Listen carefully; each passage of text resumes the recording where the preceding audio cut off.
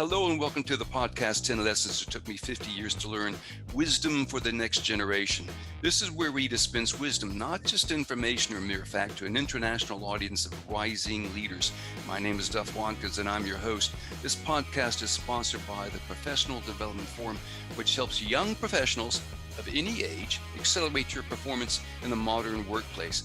And this is where you hear honest, practical wisdom that you won't find in any textbook because it took half a century to learn this stuff.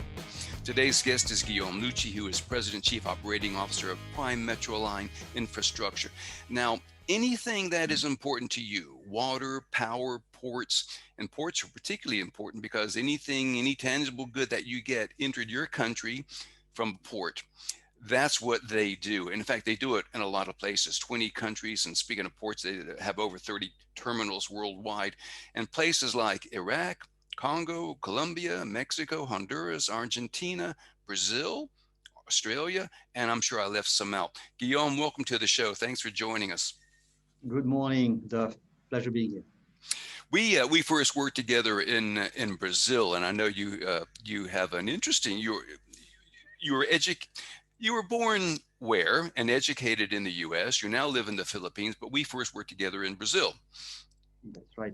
Absolutely. So you're an international person. So let me ask you, what was your first business lesson? Well, it took me a while to think about that, and eventually I remembered one of the most clear moments early in my career where I came to realize, I'm educated as an engineer. I came to realize that at the end of the day, truly, what matters is how the client perceives the product. When particularly coming from technical fields, we have this tendency to think very much about process and development. And very early in my career, I was very fortunate to see what I was designing being built right outside of my office. And I had a role through the whole supply chain and delivery chain. And very early, I came to realize, well, at the end of the day, all this work, really what matters is the product, how commercially viable it is for the client, i.e., the piece of infrastructure, does it achieve actually its functional objective? Everything else, frankly, is a step towards an enabler, but the end product is all that matters. That's how we end up making a profit. And when you say how the client perceives the end product. Indeed. It's about the usage, the functionality, the reaction, the value for money, the timetable. Now, whether or not it was engineered with the latest techniques or not, at the end of the day, those are, again, enablers. But the end product and how the client values it is what keeps us in business day in, day out. So that was a bit of a clear moment for me early in my career. That's an important lesson for a structural engineer to learn, I suppose, early on. Indeed. How about this? What have you unlearned lately? And by that, I mean something you absolutely positively knew to be true then, but now realize is not the case. Well, look, I think the clearest response to that question is the past few years. Actually, it took me a long time to understand this. To put more empty space in my schedule. Again, very much trying to progress business and keeping busy and moving meetings, very action oriented. And you come to realize that unless you have empty space in your schedule, it's actually quite difficult to reflect on what you're doing and changing direction and readjusting, right? Mm-hmm. The past few years, maybe 5+ years, I've actually taken an approach of keeping empty space in my schedule. And it's completely transformed my ability to rethink the ongoing activities, the business opportunities, and else. So that's been a very difficult one for me to unlearn. I thought busyness was really the main driver behind the success. Mm-hmm. Thinking takes time and space, as you put it. Very good. Very good. Well, let us get stuck and proceed into the 10 lessons it took you 50 years to learn. Number 1, never put your financial and reputational interest ahead of your employer's financial and reputational interest. Tell me more. Yes, indeed. A very important one for me. I think it goes to the core of the concept of integrity at the end of the day. An employer-employee relationship is a contract we're entering into.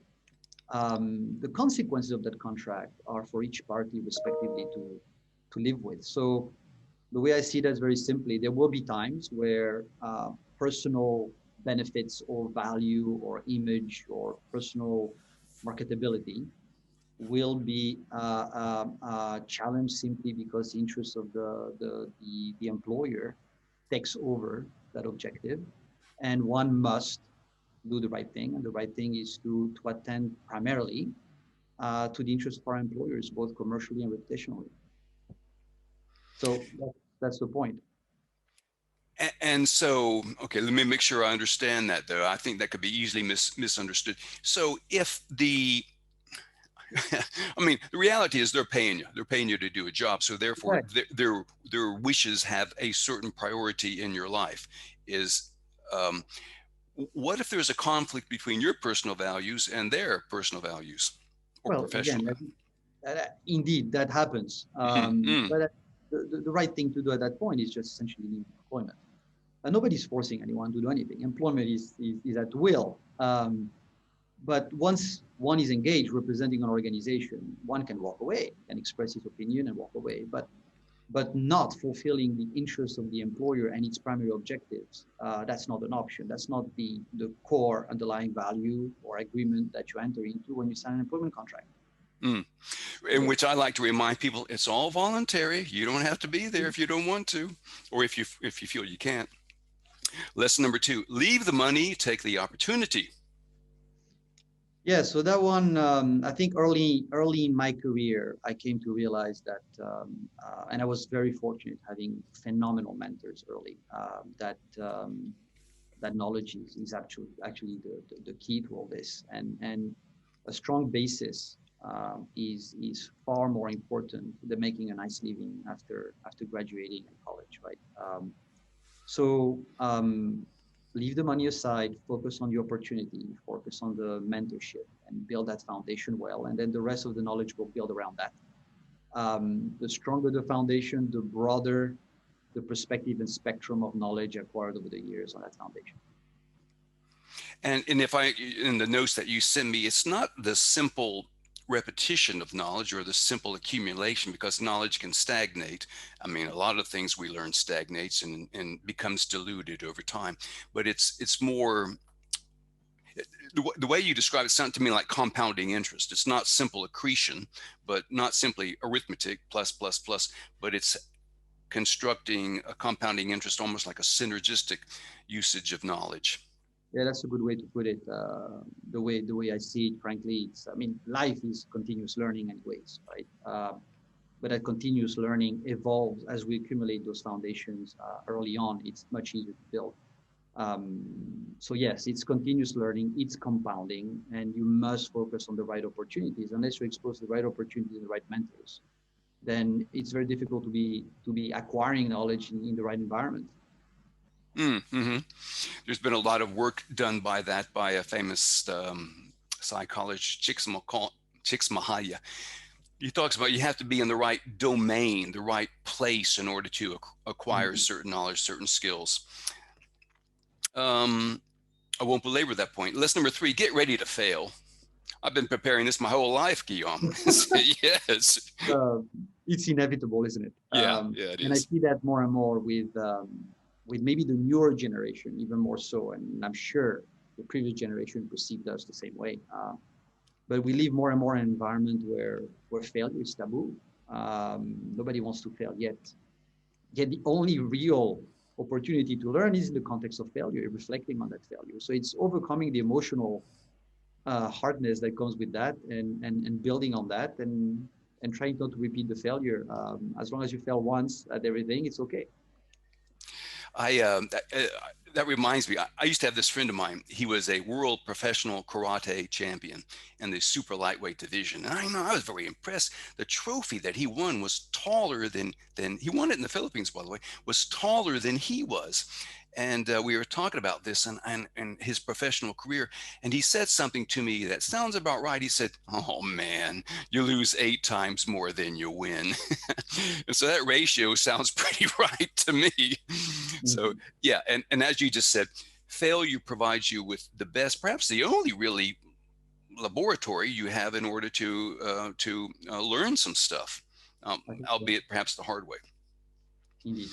Point number 4, you lead by listening. Yeah, so I've very much made tremendous efforts to build teams that give you very different perspective, give me different perspective.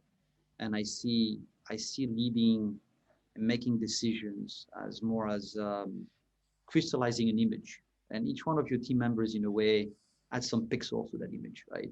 Mm-hmm. So you have very linear thinking, and you're the one talking most of the time, or only addressing one person and vice versa. It's pretty much impossible to make a real profound transformational decision. So the idea here is listen as much as you can, change perspective, make sure you put yourself in an environment where you'll be challenged, and everybody will contribute the right amount of pixels. Eventually, that image will become very clear, and the decision can be made. That's much more powerful when achieved by listening than speaking. Yeah, it's the changing of the perspective, I think. I mean, a lot of people listen or think they listen or maybe even try to listen, but the actual changing of the perspective and viewing it from another, that's what seems to be rewarding or enlightening to somebody. Indeed, Or agree, as you said, don't think that your way is the only right way. absolutely. Lesson number 5, promote yourself at work. Yeah, a bit of an unglamorous one, frankly, but yet an important one. We're all very busy, particularly in the early stages of a career, trying to achieve, trying to be productive, trying to interact. And I think often promoting oneself is forgotten, particularly in large organizations. Everybody is busy unless you put forward your achievements. And I'm not suggesting that that's done overly aggressively. There is a right way to do it. But unless that's communicated, it's more about communicating the achievements than really promoting, say. Unless that's communicating internally, up and down, as well as externally, it's very difficult to market oneself, thus to achieve the career objectives one has for himself or herself. You have to let others know about what you have accomplished, because otherwise, I mean, as you say, they're consumed doing what they're doing. They're not always watching what you achieve. Now, let me ask you about this. I see a lot of people who promote themselves in organizations, but they don't have much to promote. I mean, basically, it ends up being bullshit, and people claiming more than they're. I mean, we see this in politics. We see this all around the world. What's a young person to do? I mean, they're wondering, gee, what's the right way to promote myself within this large company in which I work? Very difficult because every circumstance is different. Promoting is not bragging, right? Actually, nobody wants people that are overconfident. Um, Promoting is simply communicating the achievements that the organization has achieved. First and foremost, in many organizations that fight the concept of using I in a sentence. So that's to me the starting point. We have Mm-hmm. achieved, driving the success of the organizations forward. Eventually, if you're the one discussing them and putting them forward, over time it becomes pretty clear that you are at the source of all of these successes, right? So there's a very thin line there that one doesn't want to cross. But unless it's communicated effectively in the interest of the organization, Mm-hmm. then one remains in the shadows, particularly in large organizations. We're talking about large multinationals. Very, very difficult, very many layers. To break through those layers, communication is really paramount. Well, first start with some achievements that you have in order to promote. But as I like to say, in business, it's we, not I. You get tired of hearing that. Agree. Point number 6, my personal favorite. It's not about social media. It's about social skills. Oh, well, yes, that one we all learn, I think, the hard way, particularly coming from technical fields. You graduate thinking that you have the right tools to deal with the professional world. In reality, the most important tool is the one they don't teach you. Social skills and managing people. It's all about the people. So the first lesson there is hire the best possible talent one can hire and afford for the organization. Make them as successful as possible. Put them forward and become very, very good at managing them and unleashing the value each individual can bring to the organization, right?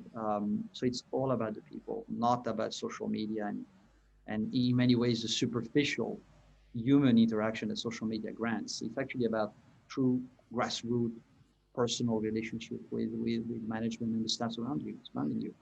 Let me just repeat that. Hire the right people, and then you make them successful. You, the manager. The job is the manager is to make them as successful as possible, and hopefully hire people that are much brighter than you and make sure they're very successful. There's a lot of Always managers who don't know that yet about making their staff, making their people successful. That's why I wanted to emphasize that. That is crucially important. But you got me thinking. In my previous career, when I was a group psychotherapist, I mean, not once in my whole education has there ever been I never had a course, a class, anybody teach me on how to function within a group, within a team, within a, maybe sports. But and I bet you haven't had any teaching on how to function in a group. And you think about how many groups you are in your work career, and that's a pretty useful skill. I'm tapping into about developing one's social skills and working with people. Absolutely, dealing with groups is what we do day in, day out, in or outside of the office. I would even say that this very sad pandemic that we're going through has made that aspect even more important, even more difficult, because now we even lose some of the elements that drive social interaction within a group. We don't even have physical contact. This through a camera, reading people behavior is even more difficult today than it used to be. So you could acquire those skills relatively faster with human interaction, physical interaction. Now with the camera and the distance, it takes even a more educated manager to unleash all that value and make groups really function and productive. So I think more than ever, those are fundamental skills. And I'm looking forward to higher education institutions driving that as part of the programs. I think it's absolutely paramount. Mm-hmm. Well, I cannot help but agree. Point number 7, you only have your knowledge and your reputation, and you can only lose one of them. Yes, reputation is the key. And I was reflecting on this a bit. When reputation is the brand of oneself. Reputation is why people want to work with you. Whether it's an employee that's seeking an opportunity, or a partner wanting to collaborate, or a client that wants to be associated with an organization. Reputation is the key. Unfortunately, often I think reputation is labeled under good reputation. And I think reflecting on this a little bit, to take it a little bit deeper, it's not about a particular set or brand that you want. All have very different reputations, and they're all valuable in their own environment. Some people have a reputation of being hardworking, others really tough businessmen, others being very transparent and handshake driven. Everybody has a little bit of an element that ties their professional image and reputation. And I think be true to that, be true to who you are, and maintain it, because that's what will make people gravitate towards you, that are looking for that aspect in a business relationship. So that takes decades to build, and only a very few mistakes to evaporate. So managing very cautiously. One of our previous guests on the show, Gary Brown, wrote a whole book about your personal reputation. He is a brand expert, and he makes the point, whether you want to or not, whether you like it or not, whether you're aware of it or not, you have a reputation, and you need to be aware of it. And as you're saying, it takes decades to develop a good one, and it's worth developing. It's even more complex, I will say, from the perspective that a lot of people are perceiving the reputation through their own eyes. Reality is what truly matters from a reputational perspective. It's not what you think about yourself. It's how other people perceive you to be. So that's what takes a long time to develop, because you have to read the signs outside, how are people perceiving you in the industry, and then essentially adapting your actions to achieve that reputational brand that suits you, that's true to you, and by reading those external signs. I've said it a million times. I want to say it one more time to young people. If you don't pay some attention to the way that you're being perceived by other people, do not be surprised if those people are unable to support you in your career endeavors, because they just don't have the information. Very true. Lesson number 8, perfect is a poor target. It is. It's a very poor target, and I think that's true in many arenas, including sports. Now, of course, there are arenas where it's paramount, right? Pharmaceuticals, the space industry, it's got to be perfect before you send a satellite into space. I think we can agree to that. The vaccine, but for the vast majority of the business world, perfection typically gets to drain resources, drain human attention. And the only thing you got to do is you got to be better than the other guy. It's as simple as that. True in sports, as I said earlier, any sport you play, the perfect shot is great. But as long as your shot is better than the other guy, you win.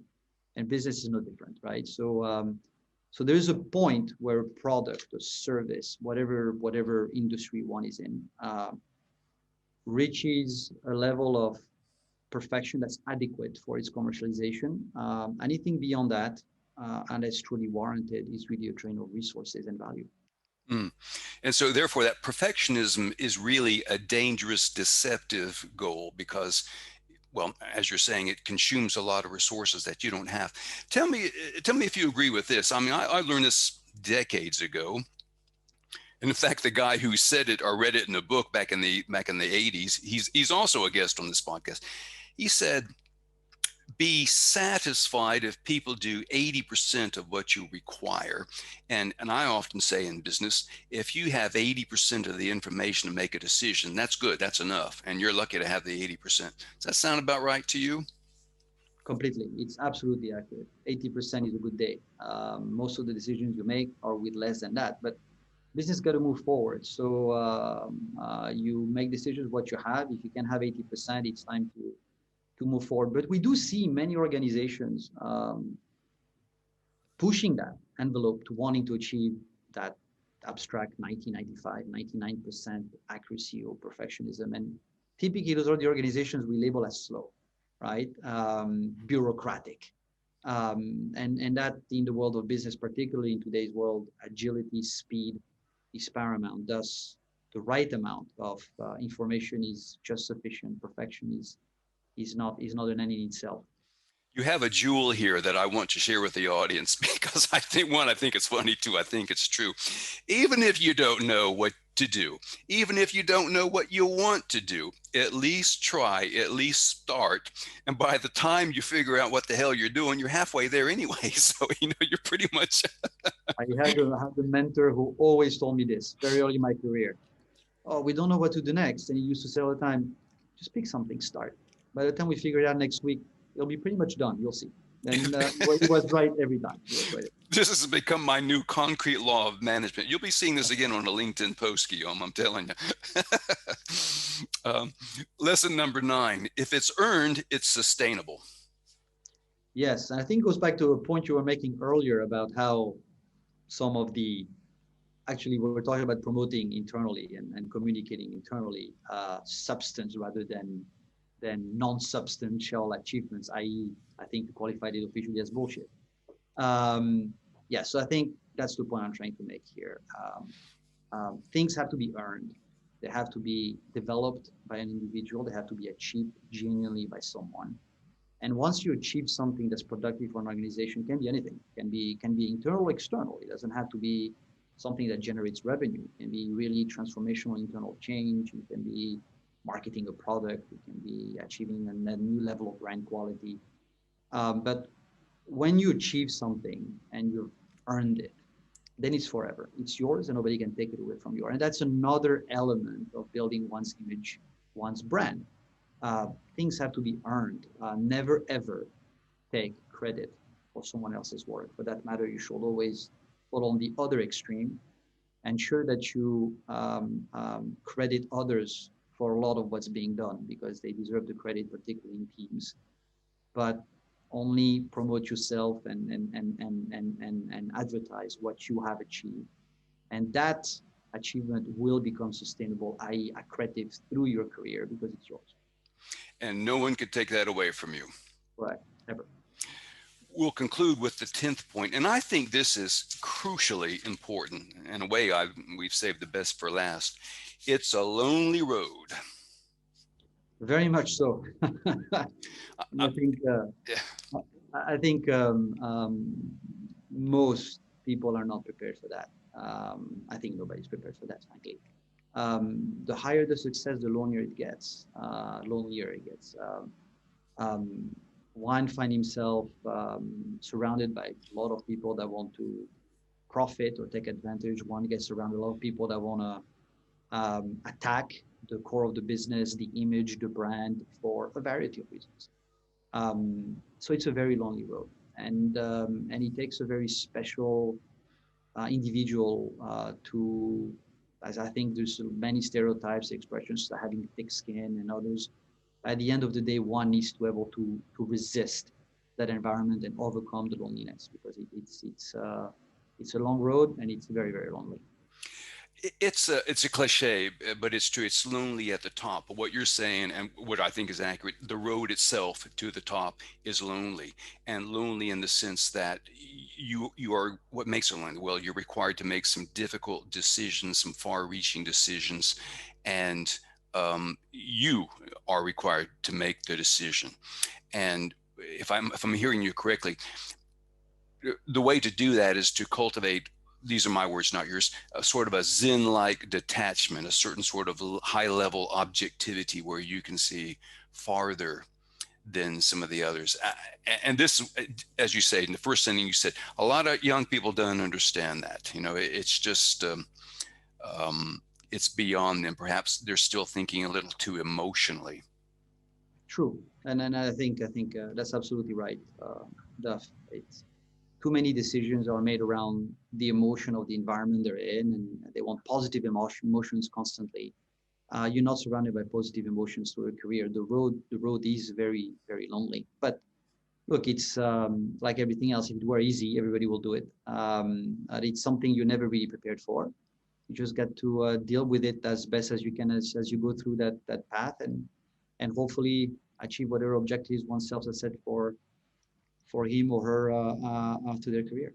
Yeah, leadership is experiential. I mean, you experience a lot of the difficulties on the road, um, as one of your mentors was saying, and that's how you get there, I suppose, by working through those experiences. Without a doubt, yes. Well, that's our 10, but I'm going to conclude with a bonus. Here's a lesson that I learned from you. You may not remember this, but we were sitting in Brisbane somewhere, and I think at the time there was a professional sports team in the U.S. that did not want to go to the White House. They won a championship, and they were invited to the White House to meet the president. They did not want to go to the White House. They did not want to meet the president because they did not like the president. And you said, man, if you only shake hands with people you like, you'll be living in a small world. And I remember that. That's a great piece of wisdom, because in business, on the road of life, you meet a lot of people you might not really care for, but still, it's okay to shake their hand and be civil. Absolutely, civility is the basis of our society, right? So you have to be civil and you have to be professional, and your emotional attachment to the person or not, frankly, it's secondary. Ideally, you only shake hands with people you love and like, but unfortunately, it's not always like that. But it's just part of the job. Any parting words of wisdom to our audience before we conclude? Well, I mean, no, frankly, I think everyone has his own path, and I think this podcast is fantastic from the perspective that we hopefully will empower a couple key points and thoughts and lessons learned. But at the end of the day, every career is fundamentally unique. So the best we can do is make this available and encourage every young person through their career to do the best they can and go back to fundamentals, be true to themselves, and things typically work out for the right people. Mm-hmm. And we'll finish on that note. You are listening to the international podcast, 10 Lessons It Took Me 50 Years to Learn. This episode is produced by Robert Hossery and is sponsored by PDF, Professional Development Forum. PDF provides webinars, social media discussions, podcast parties, anything you want, everything you need. They do it all free too. It's online. professionaldevelopmentforum.org. Oh, and by the way, we'd love to hear from you. Talk to us, give us some suggestions. You can email us, podcast@10lessons.com. Thank you for listening, and please tune in to the next episode of 10 Lessons It Took Me 50 Years to Learn.